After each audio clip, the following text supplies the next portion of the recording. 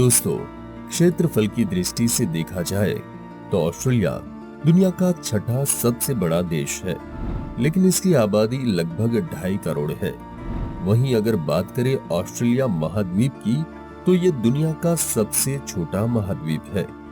Australia में मानव सभ्यता का इतिहास लगभग 50,000 साल पुराना है, लेकिन अगर डॉक्यूमेंटेड हिस्ट्री की बात करें तो इस देश का इतिहास सिर्फ 250 साल पुराना है। वो इसलिए क्योंकि ज्यादातर इतिहास यूरोपियन ने ही लिखा है और इस महाद्वीप पर उनकी नजर अफ्रीका, अमेरिका और एशिया के बाद पड़ी। यूरोपियन इतिहास से पहले एशिया से ट्रैवलर्स ऑस्ट्रेलिया की धरती पर आ चुके थे और चाइनीज तो 15वीं शताब्दी में यहाँ की थोड़ी बहुत जमीन पर कब्जा भी जमा चुके थे। मुस्लिम नाविकों के भी ऑस्ट्रेलिया में बसने की बात चाइनीज और अरब इतिहासकारों द्वारा लिखी गई है। इसके बाद पुर्तगालियों के भी इस महाद्वीप पर पहुंचने की बात कहीं कहीं देखने को मिलती है।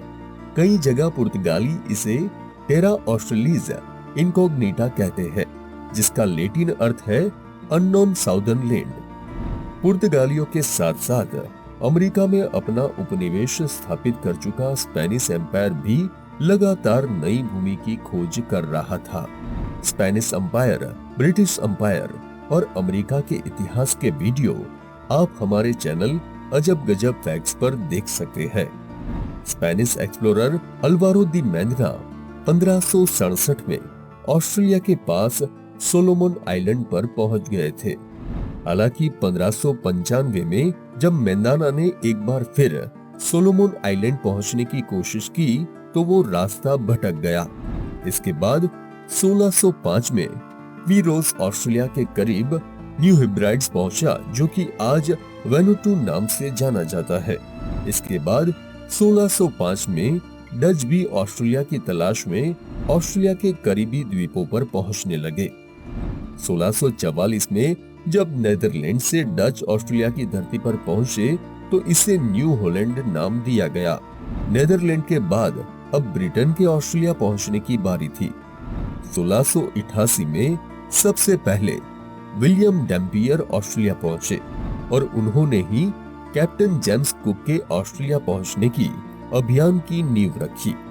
ये सच है कि यूरोपियन में ऑस्ट्रेलिया की खोज डचों ने पहले कर ली थी, लेकिन ऑस्ट्रेलिया के बारे में ज्यादा से ज्यादा जानकारी जुटाने का श्रेय कैप्टन जेम्स कुक को ही दिया जाता है, जिन्होंने अपनी पहली यात्रा सन 1770 में की थी और इन्होंने ही पहली बार ऑस्ट्रेलिया की मेनलैंड भूमि पर ब्रिटिश झंडा फहराया था।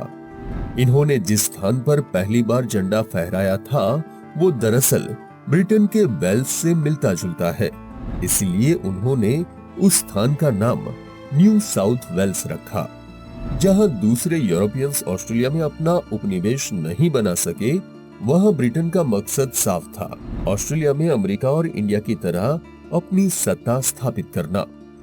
जेम्स कुक ने देखा कि ऑस्ट्रेलिया में एग्रीकल्चर का कोई नामो निशान नहीं है, इसलिए ब्रिटिशर्स ने डिसाइड किया कि ऑस्ट्रेलिया को प्रिजन कॉलोनी बना दिया जाए। ब्रिटेन ने सबसे पहले अपराधियों को सजा काटने के लिए ऑस्ट्रेलिया भेजना शुरू कर दिया।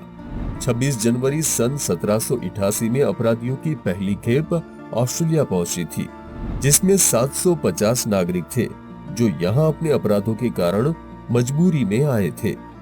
दोस्तों, आज भी 4 ऑस्ट्रेलियाई नागरिकों में से एक ऐसा है जिसके पूर्वज किसी न किसी अपराध की सजा काटने ऑस्ट्रेलिया आए थे। अमेरिका जब ब्रिटेन की कैद से आजाद हुआ तो बड़ी संख्या में अपराधियों को ऑस्ट्रेलिया भेजा जाने लगा। हर साल हजारों कैदी ऑस्ट्रेलिया भेजे जा रहे थे, जिससे न्यू साउथ वेल्स की आबादी बढ़ने लगी। ब्रिटेन ने कैदियों की कॉलोनी तो स्थापित कर ली थी, लेकिन वहां खेती और पशुपालन नहीं होने से बड़ी परेशानी का सामना करना पड़ रहा था। 1799 में पहली बार बहुत सी भेड़ें ऑस्ट्रेलिया भेजी गई। 1851 के बाद अब यहाँ सोने की खानों का पता चला तो ब्रिटेन से हजारों नागरिक भी आकर्षित होकर ऑस्ट्रेलिया पहुंचने लगे, क्योंकि अब तक लोग मजबूरी में यहाँ आते थे, लेकिन अब लोग लालच के कारण ऑस्ट्रेलिया आने लगे और धीरे धीरे ऑस्ट्रेलिया में खेती और भेड़ पालन का व्यवसाय विकसित होने लगा। पर तरक्की की एक कीमत चुकानी पड़ती है। जिस तरह ब्रिटेन ने अमेरिका से वहां के मूल निवासियों को निकाल दिया, उसी तरह से ऑस्ट्रेलिया से भी वहां के मूल निवासियों पर अत्याचारों का सिलसिला शुरू हो गया। ऑस्ट्रेलिया से स्लेव्स का ट्रेड तो बहुत पहले ही शुरू हो चुका था। धीरे धीरे यहाँ के मूल निवासियों की संख्या कम होने लगी और आज स्थिति ये है कि ऑस्ट्रेलिया की आबादी में मात्र 3% आबादी ही मूल निवासियों की बची हुई है। अंग्रेजों के ऑस्ट्रेलिया आने से पहले यहाँ पर मूल निवासियों की अलग अलग ट्राइब्स निवास करती थी, जिन्हें अब वर्जीनिया कहा जाता है। ऑस्ट्रेलिया के मूल निवासियों की आबादी कम होने के बहुत से कारण हैं, जिनमें यूरोपियंस के द्वारा लाई गई बीमारियां भी एक बड़ा कारण था। अब अंग्रेज ऑस्ट्रेलिया आए थे तो वो अपने साथ कई बीमारियां भी लेकर आए थे, जिसमें स्मॉल पॉक्स ने तो हजारों की संख्या में मूल निवासियों की जान ली। ऐसा नहीं है कि ऑस्ट्रेलिया के मूल निवासियों ने अंग्रेजों का सामना नहीं किया। जब कैप्टन जेम्स कुक ने ऑस्ट्रेलिया की धरती पर हथियार लाने की कोशिश की तो 1788 से 1930 के बीच उसे मूल निवासियों के विरोध का सामना करना पड़ा। इसी बीच ब्रिटिश और मूल निवासियों के बीच फ्रंटियर वॉर्स लड़ी गई।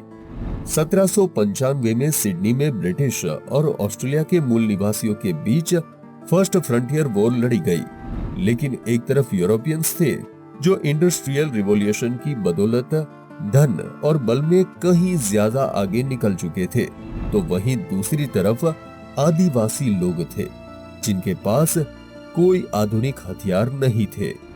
यूरोपियंस ने गन पाउडर का बखूबी इस्तेमाल करना सीख लिया था और यही वजह रही कि उन्होंने मूल निवासियों को पराजित कर दिया। ब्रिटिशर्स और मूल निवासियों के बीच जंग बहुत लंबे अरसे तक चलती रही। हजारों की संख्या में मूल निवासियों का कत्लेआम किया गया। सबसे ज्यादा हत्याएं क्वींसलैंड में हुई थी, जहां माना जाता है कि कम से कम 24,000 मूल निवासी मारे गए थे। आगे चलकर अंग्रेजों ने सन 1803 में टैक्समेनिया में भी मूल निवासियों के खिलाफ दमनकारी नीति अपनाई थी और वहां से भी मूल निवासियों को मार भगाया था, जिसके बाद वेस्टर्न ऑस्ट्रेलिया में भी 1826 से लेकर 1830 तक कई नरसंहार किए थे। 1834 तक अंग्रेजों ने पूरे ऑस्ट्रेलिया से मूल निवासियों के संघर्षों को लगभग खत्म कर दिया था, जिसके बाद कुछ छोटी मोटी झड़पें ही चली। लेकिन 1842 तक अंग्रेजों ने सारे ऑस्ट्रेलिया पर कब्जा करके ऑस्ट्रेलिया को 6 स्टेट में बांट दिया। 1 जनवरी 1901 को कॉमनवेल्थ ऑफ ऑस्ट्रेलिया की स्थापना की गई, जिसके बाद ऑस्ट्रेलिया को अपनी पहली संसद मिली। ब्रिटिश ने जो 6 कॉलोनीज स्थापित कर ली थी, उन सबको मिलाकर कॉमनवेल्थ या फेडरल गवर्नमेंट की स्थापना की गई थी। ब्रिटिश पार्लियामेंट ने इसे मान्यता दी और इसे कुछ शक्तियां दी गई। सभी कॉलोनीज को भी शक्तियां दी गई, जैसे कि अलग जुडिशरी, पॉलिटिकल सिस्टम जो कि अमेरिका की तरह ही था, जबकि ब्रिटिश मॉडल की तरह एग्जीक्यूटिव पावर्स कैबिनेट को दी गई, जिसका मुखिया प्राइम मिनिस्टर को बनाया गया। लेकिन ये स्वतंत्रता बस नाम की ही थी, क्योंकि विदेश नीति जैसे महत्वपूर्ण मामलों पर अभी भी ब्रिटेन का ही राज था। ये जरूरी भी था, क्योंकि ऑस्ट्रेलिया को अपनी रक्षा के लिए ब्रिटेन की आवश्यकता थी, क्योंकि अभी भी ब्रिटेन ही ऑस्ट्रेलिया को कंट्रोल कर रहा था। इसलिए ऑस्ट्रेलिया को पहले और दूसरे विश्व युद्ध में ब्रिटेन की तरफ से लड़ना पड़ा। पहले विश्व युद्ध में ऑस्ट्रेलिया के 60,000 सैनिक मारे गए और 2 लाख से ज्यादा सैनिक घायल हुए। इस लड़ाई की वजह से ऑस्ट्रेलिया को भारी नुकसान उठाना पड़ा और वॉर के दौरान अनएम्प्लॉयमेंट 6% से भी ज्यादा हो गया। दूसरे विश्व युद्ध में जापान के खिलाफ ऑस्ट्रेलिया आर्मी ने एक बड़ा रोल प्ले किया। 7 लाख के करीब ऑस्ट्रेलियंस ने इस लड़ाई में भाग लिया। 29,000 ऑस्ट्रेलियाई सैनिक इस लड़ाई में मारे गए, 2,500 मिसिंग हुए और 30,000 के करीब को बंदी बना लिया गया। दूसरे विश्व युद्ध के बाद ऑस्ट्रेलिया यूनाइटेड नेशंस का फाउंडिंग मेंबर बना, लेकिन ऑस्ट्रेलिया को ब्रिटेन से पूर्ण आजादी 1986 में मिली।